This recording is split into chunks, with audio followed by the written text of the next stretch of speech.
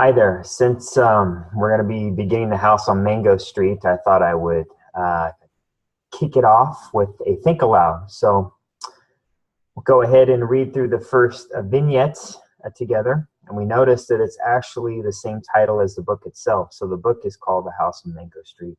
And the first vignette is The House on Mango Street. So I'm going to do a think aloud. I'm just basically going to read out loud. And as thoughts come into my head, I'm going to say them out loud and I try to make sense of this. So here it goes.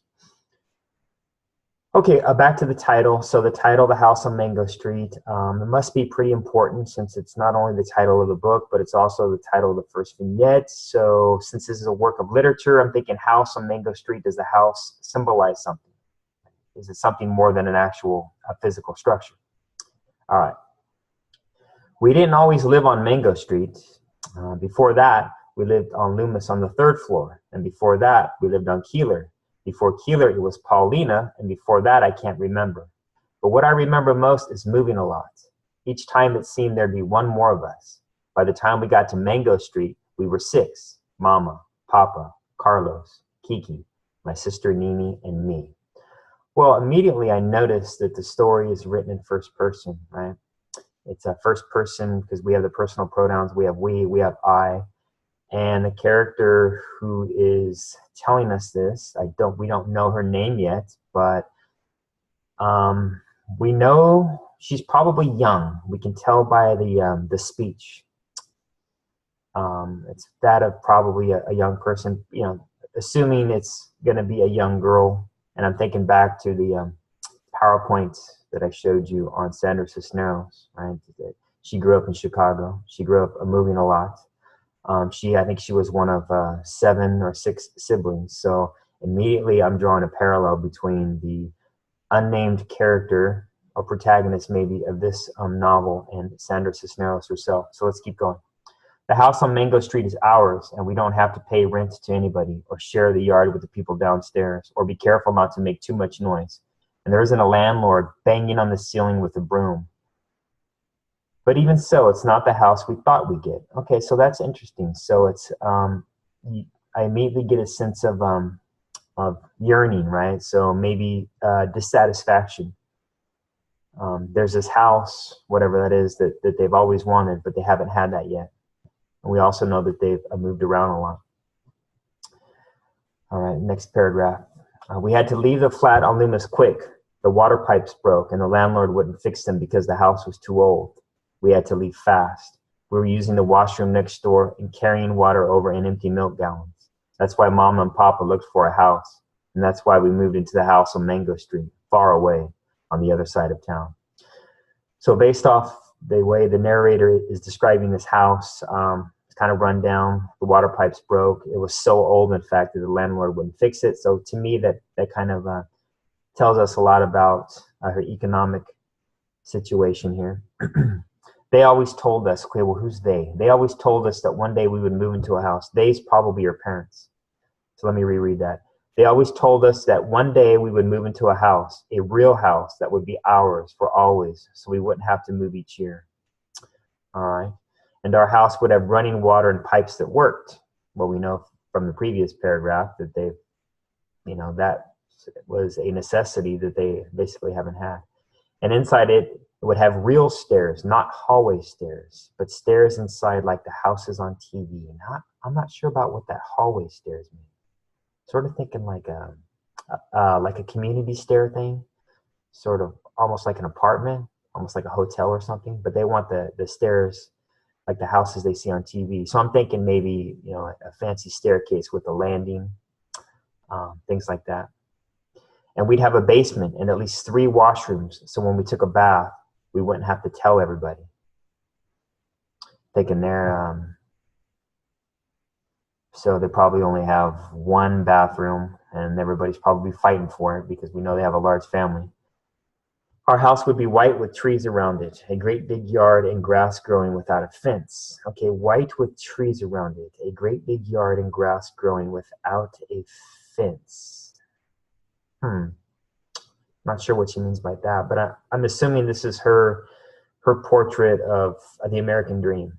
She wants this, we hear about the house with the picket fence around it. This was a house Papa talked about when he held the lottery ticket, and this was a house Mama dreamed up in the stories she told us before we went to bed. So to me, that kind of says a lot there, right? So the Papa, her father, had this idea of this ideal house, and I'm thinking back to the a PowerPoint. Sandra Cisneros talked about how she moved back and forth a lot from the United States and Mexico. So presumably, right, these were people that came from Mexico. They wanted a better life, and maybe that's that American dream is on delay right now, and Papa resorted to buying this lottery ticket, and then Mama, on the other hand, has these fantasies in her head, and she shares them with the children at night. Okay, so we'll keep going. But the house on Mango Street is not the way they told it at all. It's small and red with tight steps in front and windows so small you'd think they were holding their breath. Okay, so there's a lot of figurative language there. Let's take a look at that. So it's small and red. So the house that she wanted, if we go back up, I believe was white, right? Our house would be white with trees around it. Here, she's describing the house on Mango Street. It's small and red with tight steps in front and windows so small you'd think they were holding their breath. So the colors must mean something here. So that's something to pay attention to. But I love the personification here of the windows. So small you'd think they were holding their breath. That's interesting. Bricks are crumbling in places. Okay, some more description of the house. And the front door is so swollen you have to push hard to get in. That happens when it rains a lot. Doors will swell up. They get older, and it's hard. They're hard to open and close. There is no front yard, only 4 little elms the city planted by the curb. So again, if we contrast that with the house up here that she talks about, that white house. Let's see, where was that at? White with trees around it, a great big yard and grass growing without a fence. So here, to me, it's all about owning something, that it's theirs, not something that they have to rent. So back here, there is no front yard, only 4 little elms the city planted. So they didn't plant that. So it's not a house of their own.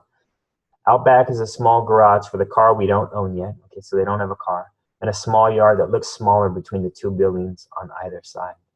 There are stairs in our house, but they're ordinary hallway stairs. And the house has only 1 washroom. Everybody has to share a bedroom. Mama and Papa, Carlos and Kiki, me, and Nini. Okay. Once when we were living on Loomis, a nun from my school passed by and saw me playing out front. Okay, so nun, so I'm thinking back to that PowerPoint again, right? We know that Sandra Cisneros was Catholic, so she probably went to a parochial school. And here she's, this girl's telling us about how she's a nun confronts her. The laundromat downstairs had been boarded up because it had been robbed 2 days before, and the owner had painted on the wood, "Yes, we're open," so as to not lose business. "Where do you live?" she asked. Okay, so the nun's asking her. "There," I said, pointed up to the 3rd floor. "You live there?" So notice that the word "there" is italicized, so we're supposed to add some emphasis on that. "There?" I had to look where she pointed. The 3rd floor, the paint peeling, wooden bars Papa had nailed on the windows so we wouldn't fall out. "You live there?" The way she said it made me feel like nothing. "There. I live there," I nodded. So again, this is a pretty important moment, I think, for her, because this may be the first time that she's kind of seen the place that she lives in from an outsider's perspective, and here the nun, right? And she focuses on the bad things about it, right? The laundromat had been boarded up.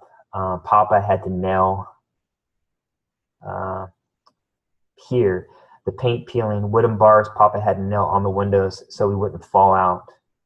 So she's really focusing on all the negative parts there. I knew then I had to have a house, a real house. Okay, so that's something to pay attention to as we read through the novel, right? What is this real house that she wants? Is it an actual house, right? Or is it something else? What is it that's going to make her feel like she's home? One I could point to, but this isn't it. The house on Mango Street isn't it. For the time being, Mama says. Temporary, says Papa, but I know how those things go. So again, it's almost like she has a defeatist attitude with that last line, but I know how those things go. So Well, of course she does, because she's moved around from place to place, right? She's bounced around. Her and her family have been cramped into these one-bedroom houses. Not really houses, basically. They seem more like apartments. So there's the first story. Kind of sets the tone, I think, for the rest of the book, right? So we know at least whoever this protagonist is, that she wants a house of her own, and she has this idea of an American dream. So I hope you enjoy the book, and I will talk to you later.